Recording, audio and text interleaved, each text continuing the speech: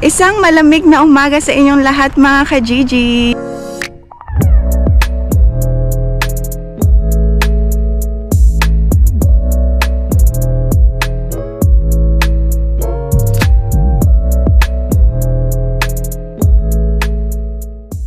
Hello mga ka-Gigi, kamusta kayong lahat? Yan, na-miss ko mag-vlog, hindi ako nakapag-vlog for the past few days dahil kami ay busy. Yan, so for today's video, ako ay magtatapang-tapangan na dadaan ako dito kasi usually umiikot pa ako dun sa likod para lang papunta dun sa sakayan sa train station kasi mga ka-Gigi sobrang maraming kalaban ngayon o rabbit, marami dito. Yan, usually dyan siya nakatambay yung rabbit. So ngayon, maaga na. Hindi ko lang sure kung gising na rin sila. Yan. So siguro wala sila kasi marami na naglalakad na tao dahil nga umaga na. So isipin nyo mga ka-Gigi, ganun ako katakot sa rabbit kasi umiikot pa talaga ako doon kahit malayo nilalakad ko. Okay lang basta hindi ako makita ng rabbit. Kasi hindi ko talaga alam mga ka-Gigi, pero takot talaga ako sa rabbit. Nagugulat ako kapag gumagalaw. Isang magandang umaga ulit. Kamusta kayong lahat mga ka-Gigi? Sana okay kayong lahat. Kami medyo hindi okay dahil si Keng at si Ziki ay may sakit. May ubo sila, sipon, sore throat, nakakaawa. Buti ako hindi pa naman mga ka-Gigi. Sana wag naman. Yan yung view natin dito. Yung weather natin today is malamig. So yan, ako ngayon ay papasok. Yan, papasok ako sa work. Samahan niyo ako. So pang umaga ako ngayon sa Roslund. Tapos mamaya si Kuya Mark kasama ko. Pero solo-solo na lang kasi nga tahimik na, wala na masyado kumakain. So solo-solo na lang kami. Solo ko sa pang umaga. Pero si Kuya Mark darating siya ng 11 ng umaga. Tapos kami dalawa hanggang 4 PM out ko. Tapos siya na hanggang gabi. Yun, so long shift si Kuya Mark. Last station before Zone B.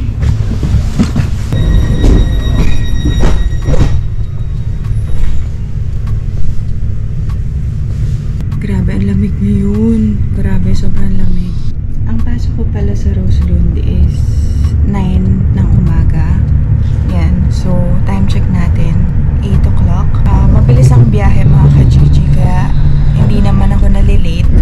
Tapos yung sunrise ngayon, yung pag sikat ng araw, parang 8 o'clock na. So kakasikat lang ng araw. Tapos sa susunod, tapos ang bilis na rin lumubog ng araw. Siguro mga 6 or siguro mga 5. Hindi naman, siguro mga 6 o'clock lumulubog na yung araw. So soon mga ka-Gigi dito sa Finland, siguro mga pag winter time, 3 o'clock ng hapon, lumulubog na yung araw. So, mas mahaba yung gabi dito. Parating madilim. Kaya usually, doon nade-depress yung mga tao. Gano'n, nagkaka-anxiety sila, depression. Kaya marami rin na parang siguro nalulungkot, nahuhomesick, lalo na yung mga mag-isa lang sa buhay, gano'n. Kaya, kasi syempre pag nasa isang lugar ka na malamig, tapos winter, puro snow, tapos ang madilim, parang nakaka-depression, 'di ba mga ka-Gigi? Pero ayun, ganun dito sa Finland. Mas mahaba yung gabi namin, mas mahaba yung dilim. Yung kala mo gabi na pero hapon pa lang, ganun. Nandito na ako sa Roslund. So maaga pa ako. Kasi sabi ko nga sa inyo, mabilis lang yung biyahe. Dahil train lang, isang train, tapos baba ng Pasila, tapos bus. Isang train, tapos bus, tapos nandito na agad. Kaya sobrang bilis lang. Nakapagpalit na rin ako ng work clothes. Yan, so nag-jacket lang ako mga ka-Gigi kasi malamig, sobrang lamig sa labas. Alam niyo yung lamig na nanonood sa balat, ganon yung lamig ngayon. So dapat talaga naka-doble ka, naka-hoodie, naka-damit, hoodie, tapos isa pang jacket kasi sobrang lamig talaga lalo na pag umaga. Hindi ko lang alam mamaya pagkahapon na kung ganun pa rin yung lamig. Pero, ayun, malamig na dito sa Finland. So, talagang magwe-winter na mga ka-Gigi. Tapos yung mga puno din, nalalagas na yung mga dahon. Kaya, makakalbo na yung mga puno soon. Yung una, syempre, pag snow, mga ka-Gigi, parang nakaka-amaze makakita ng snow, diba? Pero kapag tumagal na, parang ikaw na yung maiinis na parang, ano ba yan? Grabe.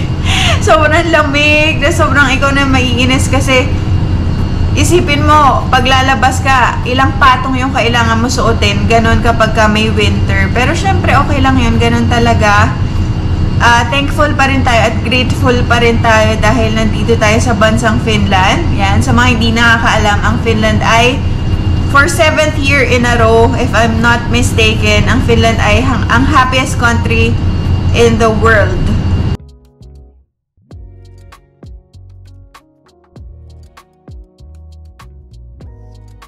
Yan. So, bakit nga ba happiest country? Again, sasabihin ko, kasi sasabihin na naman, diba? Sasabihin, maraming depressed, maraming nagsusuicide, ganun. Pero mga ka-Gigi, hindi yun dahil literal na meaning na dahil, alam niyo yun na happiest country kasi masayahin yung mga tao. Hindi ganun mga ka-Gigi. Dito, ang Finns, ang mga Finnish people, sila, hindi ko naman nila lahat, pero yung nila, attitude nila, kung hindi mo sila babatiin, hindi ka rin nila babatiin, ganun.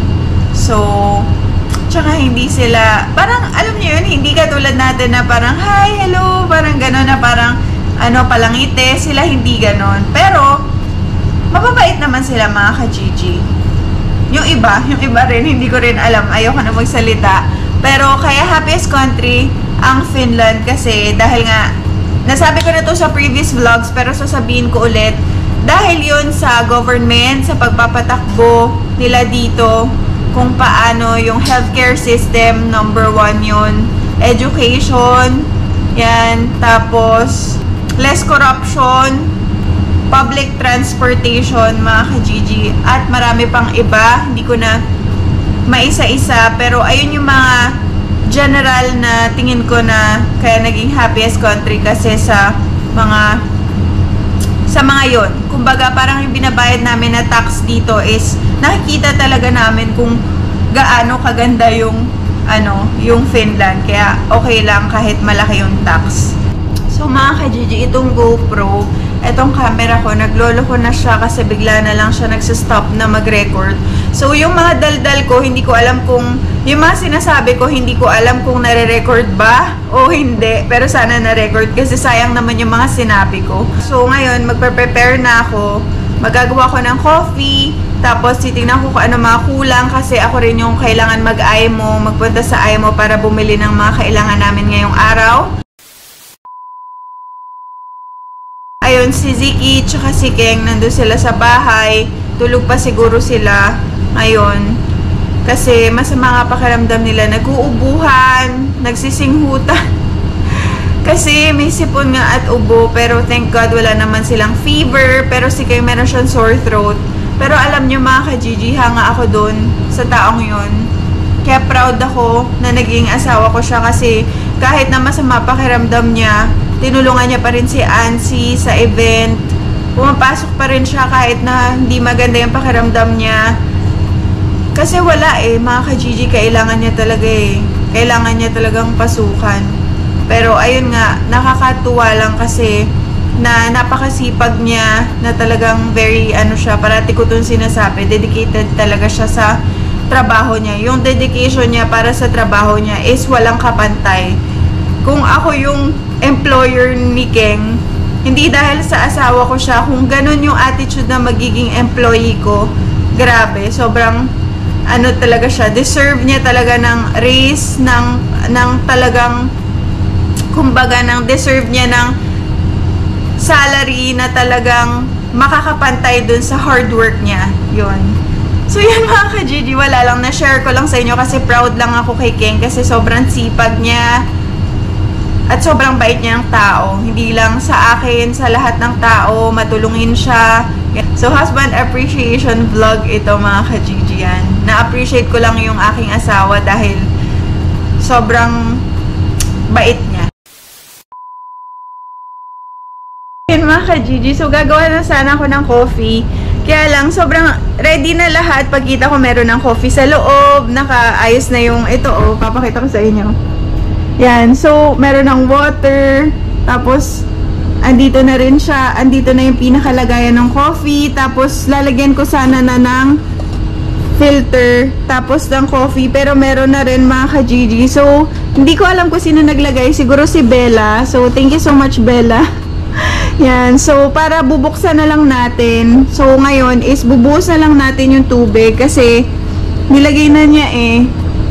Nakakatuwa naman. Siguro wala silang magawa, hindi sila busy gabi. Kaya nagawa niya to. Pero usually kami, kung sino yung gagawa ng coffee, siya yung maglalagay ng filter and everything. Tapos ayan, nandito lang ngayon nakalagay yung filter, tapos yung mga coffee, yan. Tapos ikaw rin maglalagay ng tubig. Pero since nilagay na nga nila, tanong natin mamaya kung sino naglagay. Yan, so, double.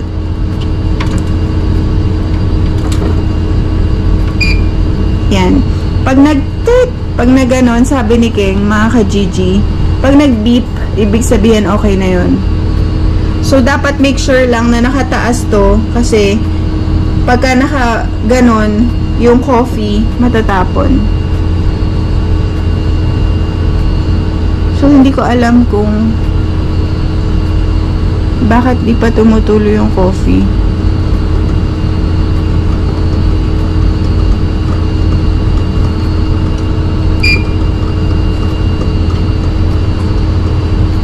Ayan na.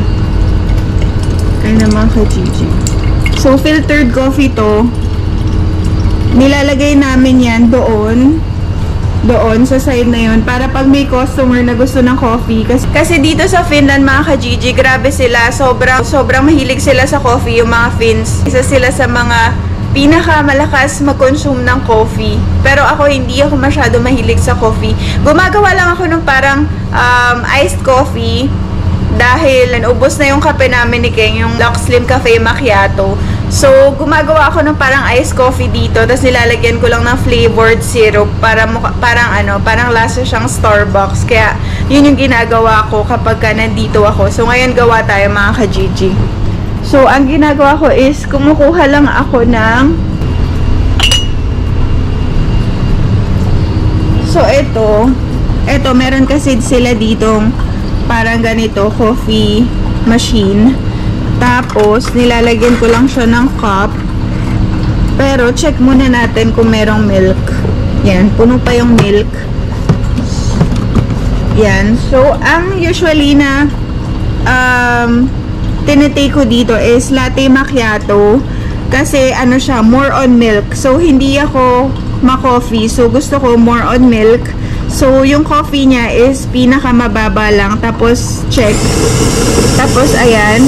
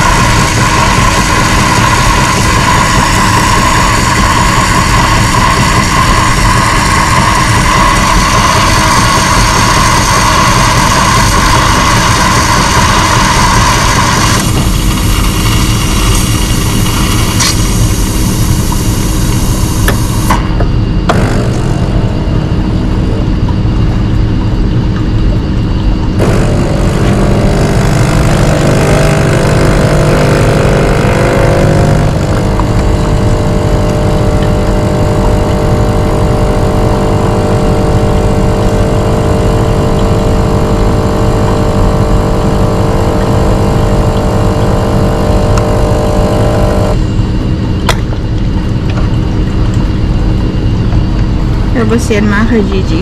Okay na. Tapos, ang ginagawa ko lang is nilalagay ko siya sa isang baso. Yan. Tapos, ice.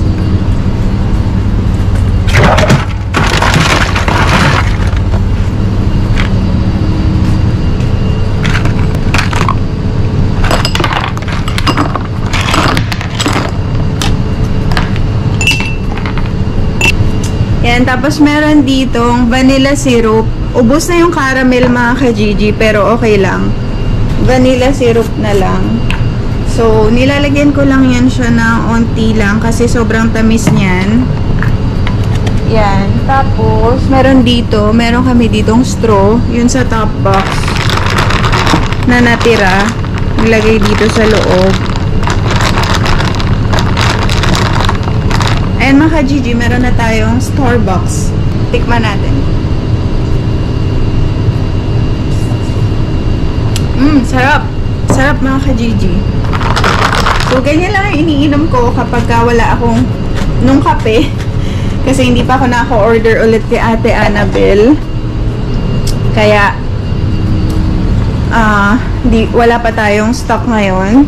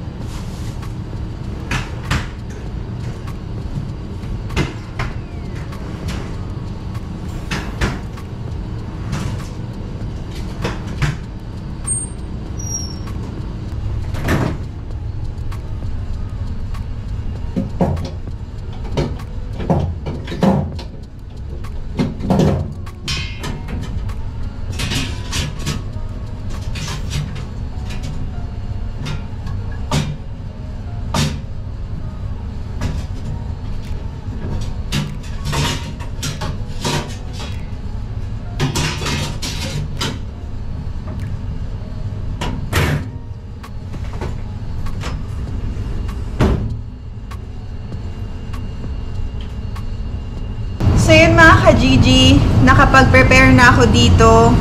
Tapos ngayon, kakatawag lang ni Keng, kakagising lang nila ni Ziki. Yan, so magbe-breakfast na sila. Alam nyo ba mga ka-Gigi kahapon? Parang, hindi ko alam, or kagabi, hindi ko alam bakit bigla na lang ako, parang hindi ko maintindihan yung feeling ko na parang bigla ko na-miss na nagdedede sa akin si Ziki. Kasi si Ziki, since birth, ano siya mga ka-Gigi, breastfeed. So, sa akin siya nagdedede. Breastfeed ko siya since birth. Tapos, nag-stop siya siguro mga 3 years old na. Tapos, yun, parang ngayon, parang nami-miss ko na parang nagdedede siya sa akin nung pa siya, nung baby pa siya. Tapos, ang ginawa ko, nagtingin ako ng mga video sa phone ko habang nagdedede siya kasi minsan binivideo ko siya eh. Alam niyo yun, para meron akong babalikan na moment na para na memory na alam niyo yun na nagdedede pa siya gano'n. Tapos parang naiyak lang ako mga ka-Gigi kasi parang sobrang bilis ng panahon. Alam niyo yun, ang bilis ng panahon dati. Alam niyo yun, si Ziki sobrang liit pa niya. Lumabas yan sobrang liit. Tapos nung pandemic, pagka pumupunta kami sa grocery, nakalagay siya sa carrier. Tapos hindi, nakalagay siya sa parang swaddle, parang cloth. Tapos parang nandito ko lang siya. Tapos sobrang liit niya lang, as in ang liit. Tapos, so yung mga yung mga tao, yung mga lalo na yung mga matatanda, yung mga lola, pag nakikita nila na baby pala yung nandito ko, parang lahat sila, parang napapaganon, parang napaka-precious, alam niyo, sobrang liit, ganon. Kaya nakaka-miss lang mga ka-Gigi na yung mga times na sobrang liit pa niya. Tapos ngayon, ang laki na niya. Kaya parang nagiging emotional ako. Hindi ko alam kung bakit. Kasi sobrang bilis ng panahon. Talagang kailangan sa bawat araw, sa bawat time, kailangan talaga sulitin. Kasi hindi mo na mamamalayan. May sarili na siyang buhay. Ganun. Pero, Diyos ko, Lord, hindi pa ako ready. Hindi pa ako ready doon na nagiging emotional ako pag naiisip ko yun. Pero ewan ko, hindi ko alam. Ganun ata talaga. So, hindi ko alam kung sino kasama ko sa casa or sa dito sa Sally's. Ang pasok nila is 10 o'clock. Sa kitchen 9, tapos 10 o'clock pasok. Tapos ngayon tingnan natin, alam ko si Ronya. Sana si Ronya mga ka-Gigi. Kasi si Ronya, siya yung pinaka-favorite ko dito sa Sally, sa dining. Kasi sobrang bait ni Ronya. Mabait siya, masipag. Gusto ko yung niya, yung buong pagkatao niya. Kaya sana si Ronya, tingnan natin mamaya kung siya nga. Pero kasi nag-usap kami noon nakaraan, magkasama kami sa shift. Hinatid niya pa ako sa bahay mga ka-Gigi kasi yun yung time na pagod ako. Nag-work ako sa hotel ng morning, dumiretso ako sa daycare ni Ziki para sunduin siya. Pagkagaling ko ng daycare ni Ziki, sinundo ko siya. Tapos dumiretso kami dito sa Roslund. Tapos si Keng naman yung mag-out, tas ako naman yung nag-work dito. Ganon mga ka-Gigi. As in, sobrang haba nung araw ko. Pagod ako nung time na yon. Tapos, sabi niya na ihahatid niya na ako kasi malapit lang din siya sa amin nakatira. So, sabi niya na, hindi ihahatid na kita, alam ko, pagod ka, ganun. Pero pagod rin siya mga ka-Gigi kasi galing siya school, tas nag-work pa siya. So, alam niyo yung mga ganung bagay, sobrang na-appreciate ko yun. Lalo na kay Ronya kasi sobrang, hindi ko alam, siya yung favorite girl ko, siya yung favorite na tao ko dito sa Roslund. It's Ronya's first time. To in the kitchen. in the kitchen. Making food. Yeah, it's Ronya's first time to cut watermelon. Whole watermelon. Whole watermelon, yeah. I've got small watermelons. Yeah, so she's my helper for today. Meron na kaming customers, 5 sila. We have 5 customers already. And now Hazel is so tired I have to help her. Yeah, I'm so tired already.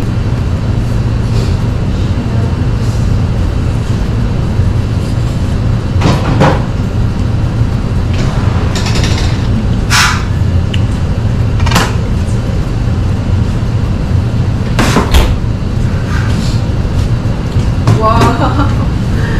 Nice! It's just perfect cut. Yeah. Yeah! Do you know the game? The Yeah! Fruit Ninja. Fruits. Let them. Yeah, Yeah. Fruit Ninja, yes.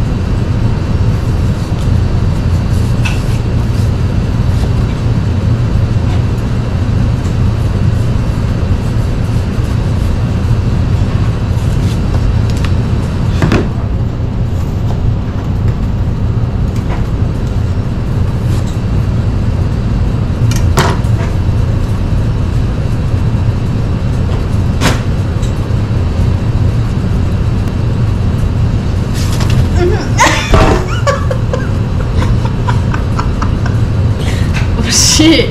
It's It's a bit slippery. it's a bit slippery. Yeah. Almost dropped the watermelon. Oopsie. It's okay, then we can call Mark and then tell him Bring to another buy. one.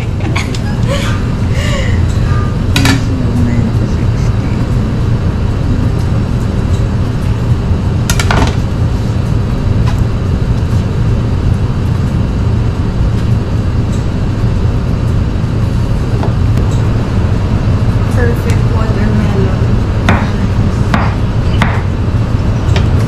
Wait.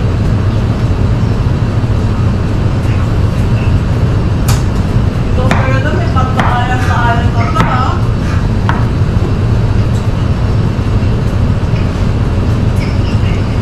Oy, may nagtahan. Baby. Tumingin ka sa akin, hindi. Nagpapaalam sa akin si Ala ng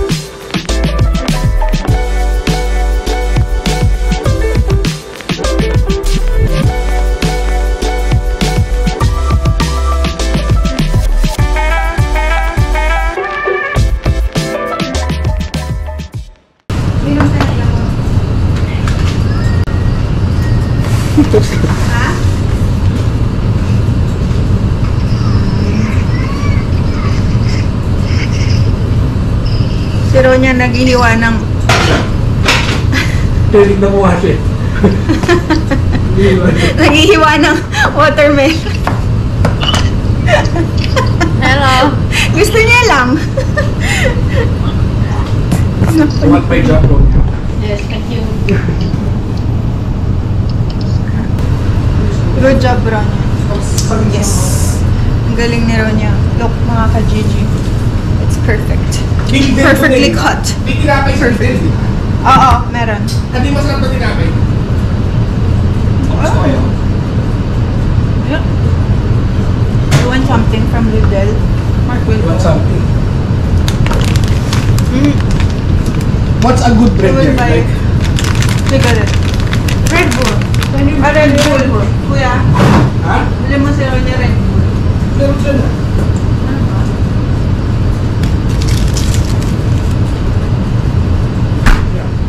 Meron? Yeah. Meron. Gas lang naman yun.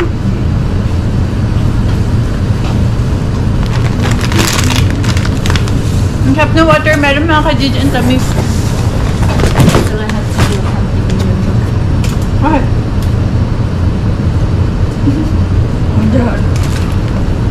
What you're gonna do? Caramel.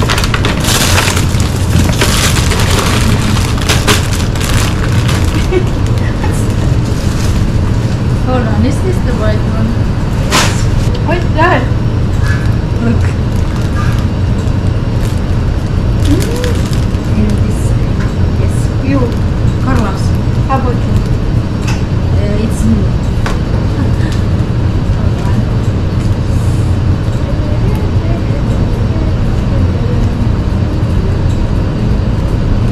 Hold on. April.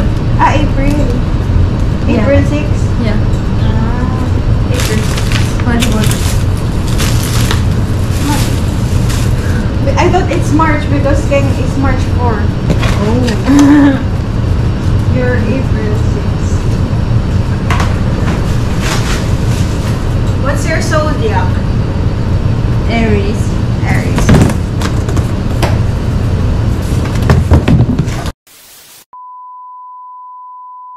Hi mga ka-Gigi. So ngayon, gagawa tayo ng chili mayo. Chili mayonnaise. Chili mayonnaise. Chili mayo. Chili mayo. This is the chili. Chili. If you eat this, You're done. you're gonna You're you're gonna explode. burn inside Yeah. out. Yes.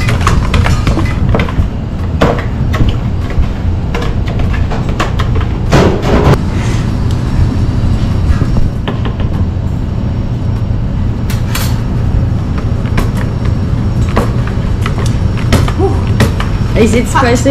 Yeah. It's spicy. Spicy. Spicy.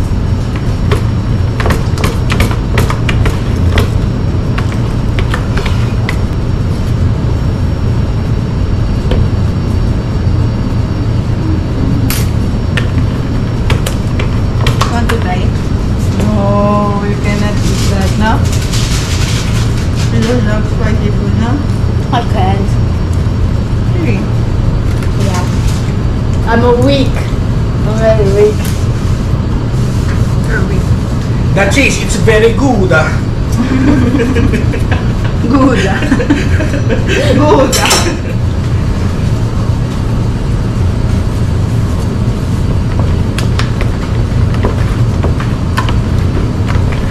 Chili mayo. Chili mayo.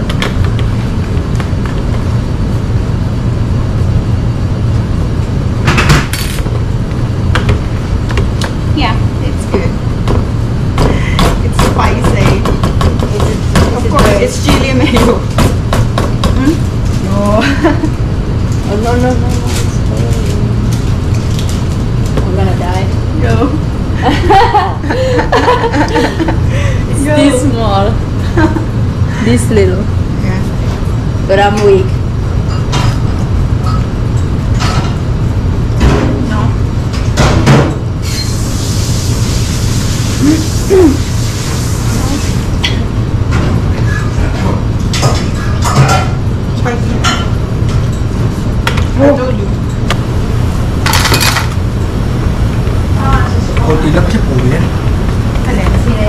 Bakit ang may pinili? Ha? Ano eh? Ano kung nagbigat niya? Mayo yan?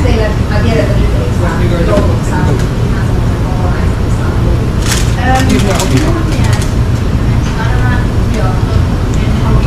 Kaya, umulan. Hindi naman alas 11. Hindi ka pala ka naman. Umuulan mga ka-GG, oh.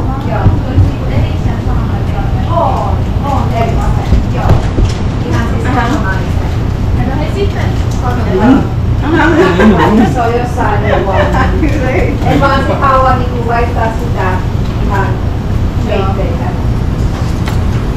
Para sa akin pwede na ha. Pero, hindi pa siya bet. Kasi pa. May sipa talaga.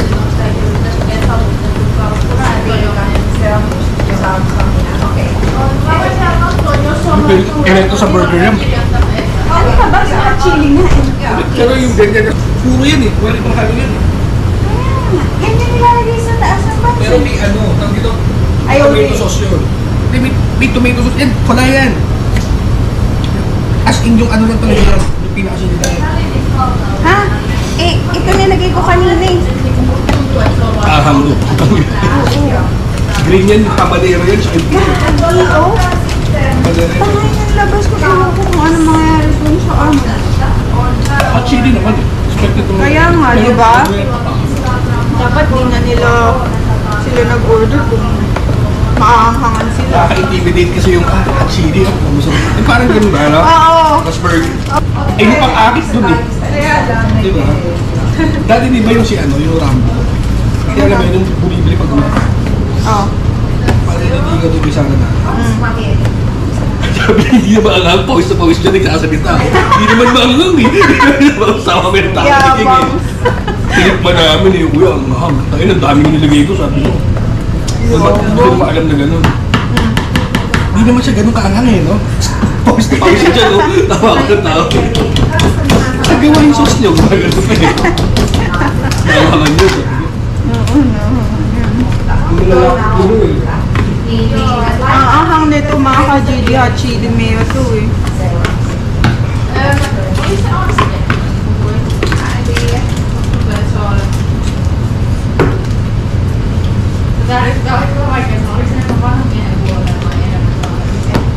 Ang tamlay ng hot chili natin.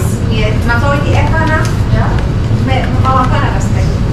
Täällä kiitospäivää, niin tää on niin vaikea löytää Suomesta ainakin kauppoja. Niin te olitte ainut tähän aikaan vuodesta, jossa saisi hän tätä kuunteli ja sitten saisi tulla pari kertaa takaisin kokonaisesti. Joo, kyllä. Aina miten kauppana.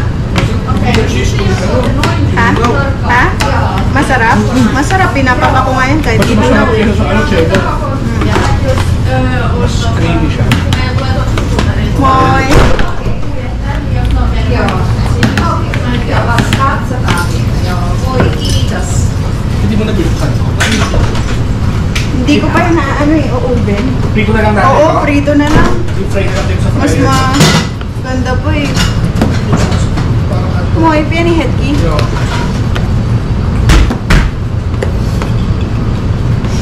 Sige, gago.